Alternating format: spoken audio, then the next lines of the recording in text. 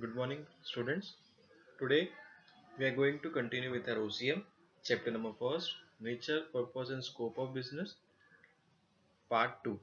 In this, we are going to study about types of economic activity, business, profession and employment. So as we all know, economic activity is activity which is done for earning livelihood. So there are three types of economic activity: business, profession and employment. All these are the types of economic activity. So we'll start with the first one, that is business. Now we have everyone have heard the term business. What is business? The term business is derived from English word busy, which means to remain active continuously. The concept of business is related with profit motive. Everyone do business for earning livelihood, and how livelihood can be earned by earning profit. So the business concept is related with the profit motive. And what is the definition if we say for one line? Business means any legal economic activity with the motive of profit. Means it should be economic activity, it should be legal, and it is to be done with the earning motive of earning profit. Then we can consider it as a business. Now talking about characteristics of business. First is objective of profit. So absence of profit means no business. No profit means no business. If I am doing some activity, whether it is economic, but without the motive of earning profit, then it is not a business. If I am doing so for with the motive of earning profit, then it is considered as business.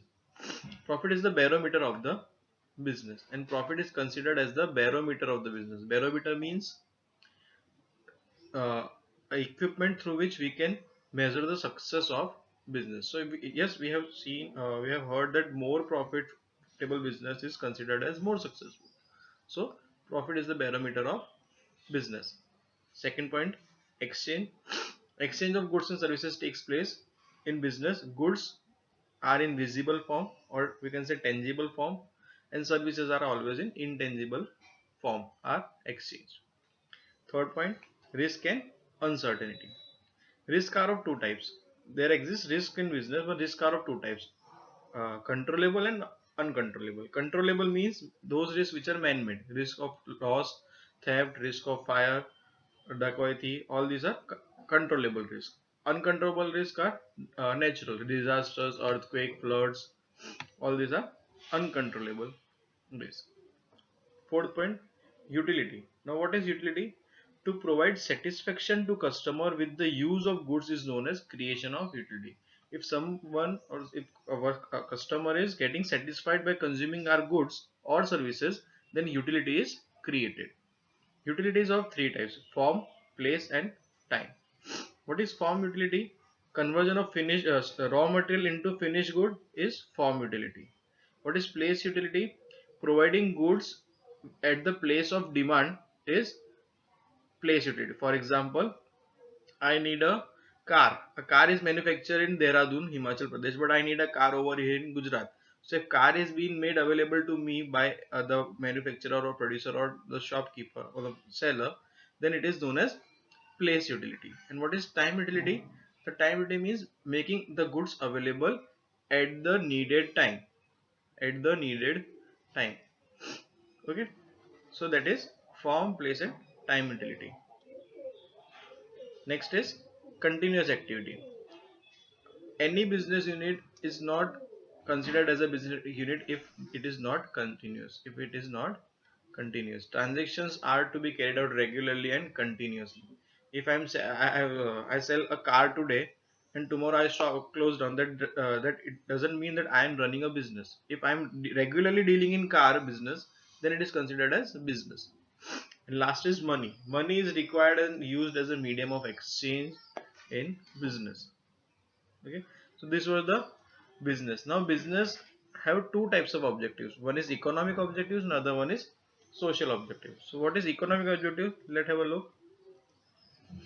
Economic objectives of business. First objective is profit. Economic here means considered with monetary returns, monetary gains. So profit, to earn profit is essential not only for the existence of business but also for the growth. The first motive is profit motive or maximization of profit. Second is wealth maximization.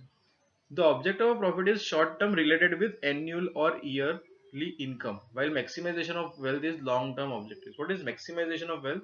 Means increase in the wealth of the business. Increase in the, for example, if I'm in a shop today, so after 5 years or 10 years, if I'm having 2 or 4 shops, that means my maximization of wealth has been done. The pace of maximization can differ from business to business. That is a secondary thing.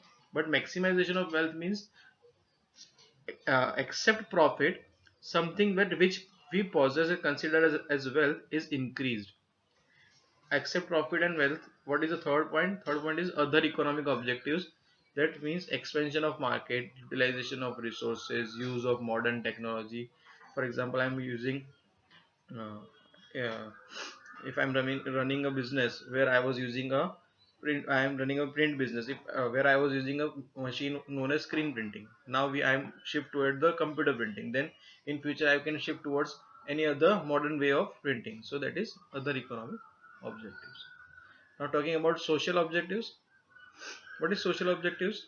Social responsibility. Business is connected with different interest groups or classes, just as, such as employee, customer, creditor. So it is necessary to take care of interests of such groups. So this is a social responsibility that we in take care of their interests. What kind of goods or what kind of stuffs they are needing, we should provide them. Second is employment opportunity. Some businesses are established with the intention of providing employment. It is providing employment is also the responsibility of business. Quality of goods and services. A good quality of goods and services should be made easily available to satisfy the high standards of the customer. Fourth is fair trade practices. Now, what is fair trade practices? Means black marketing, hoarding of goods, misleading advertisement, artificial scarcity creation, all should be avoided. Dealing with a proper zeal, proper enthusiasm. What is black marketing? Selling goods on and over the MRP. What is hoarding of goods? Stocking goods. For example, few months back, the price of onion were rising continuously. So if I'm having a stock of 1000 kg of onion and not supplying the stock to the market, so what will happen? I have purchased it at 50. The price is going high. When price becomes 100, I started the supply. So this is known as hoarding of goods. This shouldn't be done. Misleading advertisement shouldn't be done. Artificial scarcity shouldn't be created. So all these are unfair practices. This should be avoided. And what are the other objectives? Economic development of nation, cooperation with the governments, providing incentives to employees, welfare of the customers and society. All these are the social objectives of the business. Now comes second type, that is profession. Now what is profession? A person with specialized skill, knowledge, training and professional education rendering services in return of fees is called profession. A professional has to obtain the membership of respective professional association. Means all those uh, professionals which are providing or rendering services in against of fees, and those with the specialized skills or knowledge or any professional education. Examples: doctor, lawyer, chartered accountant, teacher, etc. are the examples of profession. Now, what are the characteristics of profession? How economic activity can be considered as profession? So, first one is specialized knowledge, skills, and professional education. The one who is performing profession would be having specialized knowledge, skills, or professional education. Second, charges fees for rendering services. They don't take salary from us. They don't ask for money. They charges fees. They charges fees. Primary objective is to render services. Why primary objective is to render services? For example, nowadays, if we go to a doctor, uh, a small doctor near us, near our home, so we go over there for asking his services. But after checking us, if he provides or if he or she provides some of the tablets from his hospital only or from his dispensary only, so the providing of tablet or providing of medicine was not his primary objective. The primary objective was to provide the services. So primary objective services. Next is independent activity of earning. Yes, the professionals are moreover independent. A doctor is independent of his deciding of his own working hours, own fees for own charges or fees. So it is an independent activity. Next is essential to obey code of conduct of association. Now what is code of conduct? Code of conduct means rules for behavior. Code means rule and conduct means behavior. So code of conduct means rules of behavior. So it is essential for every professionals to follow the code of conduct of the association in which he or she is registered. And another thing is monetary returns are uncertain. No doctor, no lawyer, no chartered accountant knows that this amount of surety will be received as a fees today. There is always a risk of uncertainty in the profession. Now next one, that is employment, third one. What is employment? Employment means job, an economic activity performed in return for fixed salary where work is assigned as per the contract. Means any activity, generally we know employment as a job in the layman language. Any economic activity which is performed for a fixed salary at fixed time, and and work is done as per the contract is known as employment. For example, teacher teaching in a school. A teacher teaching in a school is under the employment scheme. If a teacher is running a tuition classes or doing on his own, that is a different thing. But a teacher teaching in a school is a employment scheme. What are the characteristics of employment? Fixed salary is paid at fixed interval. After, if the interval is of week basis, day basis, month basis, then fixed amount of salary will be paid at the fixed interval. Second, certain other benefits are available in addition to salary. Except salary, certain other benefits are also available in different employments. It is not available for each and every employment scheme, but it is available in different employments. For example, medical allowance, pension, DNS allowance, etc., etc. Third, perform assigned work as per the contract under employee. Means the employee perform the works which is assigned as per the contract. If he or she has been assigned for doing the clerical work, he will be doing that clerical work. If he or she has been assigned to do the production work, then he will be doing a production work. So this is us, we have to work as per the contract.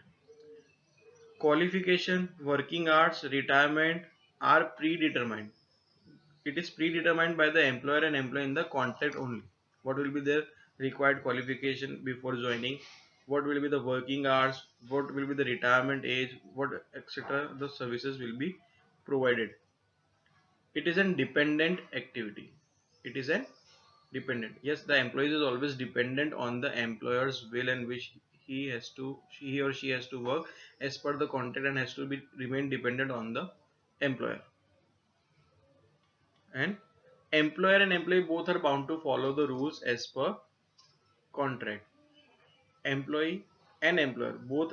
What is employee? Employee is the one who works for the who does the job or who works, and employee is the one who uh, uh, we can say who select someone to work for him or her. That is employer. Employer the one who provide the jobs, employee the one who does the job. So employer and employee both are bound to follow the rules as per the contract. And one more advantage or one more characteristic is that no capital investment is made by or needed by the employee.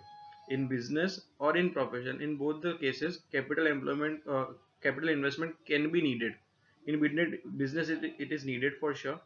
In a profession, also it can be needed for infrastructure and other things. But in a job or in employment, no capital investment is made by the employee. Okay, so these three were the economic activities: business, profession, and employment. Hope you guys understood this. For any other doubts and query, please fill the comment section or you can contact me personally. One more thing before ending today's session, an assignment was given to you in the first part of this video. This was the assignment one. You have to contact your name. You have to send me your name, send out your future aim and goal, how did you like the video, and feedback if any. so that I can get to know how many of you are getting through this video. Only 5 or 6 students from your group, from your class has been submitted this.